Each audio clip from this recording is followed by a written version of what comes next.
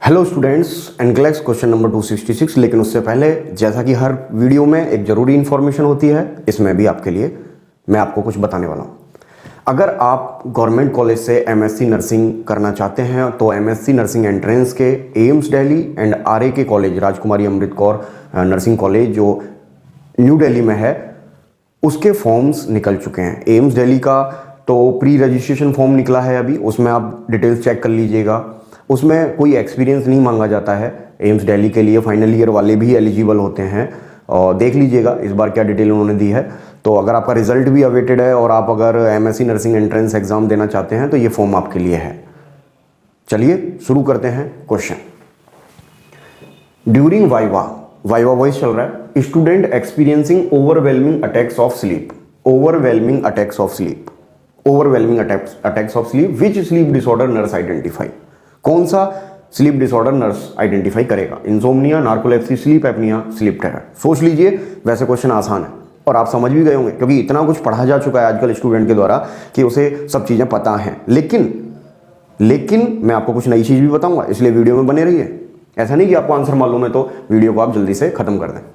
देखो, एक तो काम की चीज़ इसमें यह है कि वाइवा वॉइस चल रहा है, जो कि स्टूडेंट के लिए एक इमोशनल इवेंट हो सकता है, एक इमोशनल फैक्टर हो सकता है। वाइवा, इंटरव्यू, ऐसी चीज़ से स्टूडेंट को या किसी क्लाइंट को डर लग सकता है। अगर यहाँ स्टूडेंट की जगह क्लाइंट होता तो इंटरव्यू वगैरह जैसे शब्द इस्तेमाल करता है कई बार।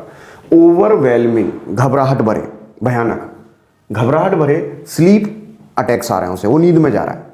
और एक बात हम जानते हैं कि द स्लीप एपिसोड और day dreaming which is sudden exaggerated by emotional factor. ध्यान से सुनना मैंने क्या बोला, sudden exaggerated by emotional factor. अगर कोई ऐसी इमोशनल फैक्टर की वजह से, सुख दुख घबराहट की वजह से अगर अचानक कोई नींद में चला जाए या डे ड्रीमिंग हो जाए जिसे कहते हैं, तो वो कंडीशन कही जाती है क्या? नार्कोलेप्सी। तो यहाँ भी स्टूडेंट के लिए वाइवा एक सडन घबराहट भरी इवेंट ही है, और उस घबराहट की वजह से, इसकी हिंट है ये नार्कोलेप्सी की, कि सडन एग्जाजरेटेड हो जाती है इमोशनल फैक्टर की वजह से, डे ड्रीमिंग, तो इसको बोलते हैं नार्कोलेप्सी। अब देखो मैं नई चीज क्या बता रहा हूँ।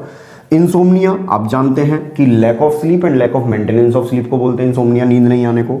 स्लीप एपनिया, अगर बॉडी पोस्चर गड़बड़ है या कोई और प्रॉब्लम है जिससे नींद में अगर रेस्पिरेटरी प्रॉब्लम हुई है तो उसे स्लीप एपनिया बोलेंगे। स्लीप टेरर, रात में स्क्रीम करना, चीखना, चिल्लाना, बड़बड़ाना और सुबह उसे ठीक से रिकॉल नहीं कर पाना, नाइट टेरर्स या स्लीप टेरर्स उन्हें बोलते हैं।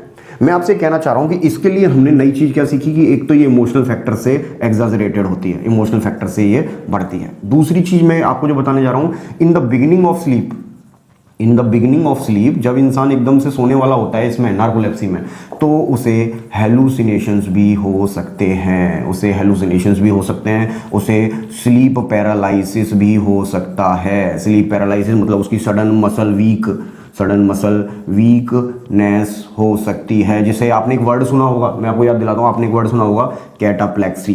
तो cataplexy is a symptom of narcolepsy, जिसमें सडन मसल वीकनेस हो जाती है। नींद में जाने के दौरान मरीज स्लीप पैरालिसिस में जा सकता है थोड़ी देर के लिए, और उसे बिगिनिंग पर हेलुसिनेशंस भी हो सकते हैं। इस कंडीशन को, जो इमोशनल फैक्टर से एग्जाजरेटेड होती है, इस बीमारी को बोलते हैं नार्कोलेप्सी या डे ड्रीमिंग या नार्कोलेप्सी। कैटाप्लेक्सी कंपटीशन एग्जाम में आता है। देखो, एक इससे सिमिलर मीनिंग भी है, कैटालेप्सी, उसकी बात नहीं कर रहा हूं। कैटाप्लेक्सी याद रखें, कैटाप्लेक्सी नार्कोलेप्सी से रिलेटेड है। नार्कोलेप्सी का सिम्टम है कैटाप्लेक्सी। कैटालेप्सी तो वो सिजोफ्रेनिया का सिम्टम है, बॉडी पोस्चर मेंटेन कर लेता है। एक तो ये चीज काम की है इसमें। एक हेलुसिनेशन के बारे में नई चीज सीखने को मिली कि जब बिगिनिंग ऑफ स्लीप होती है सडन इसमें, तो हेलुसिनेशंस हो सकते हैं। और हाँ, एक बात और, अगर क्लाइंट जब उठेगा नींद से उठेगा तो एकदम फ्रेशन दिखेगा, एकदम फ्रेशन फील करेगा, एकदम फ्रेश फील करेगा। तो ये है नार्कोलेप्सी, और इस क्वेश्चन का आंसर भी क्या है? बी। मिलते हैं नेक्स्ट वीडियो में। Thank you.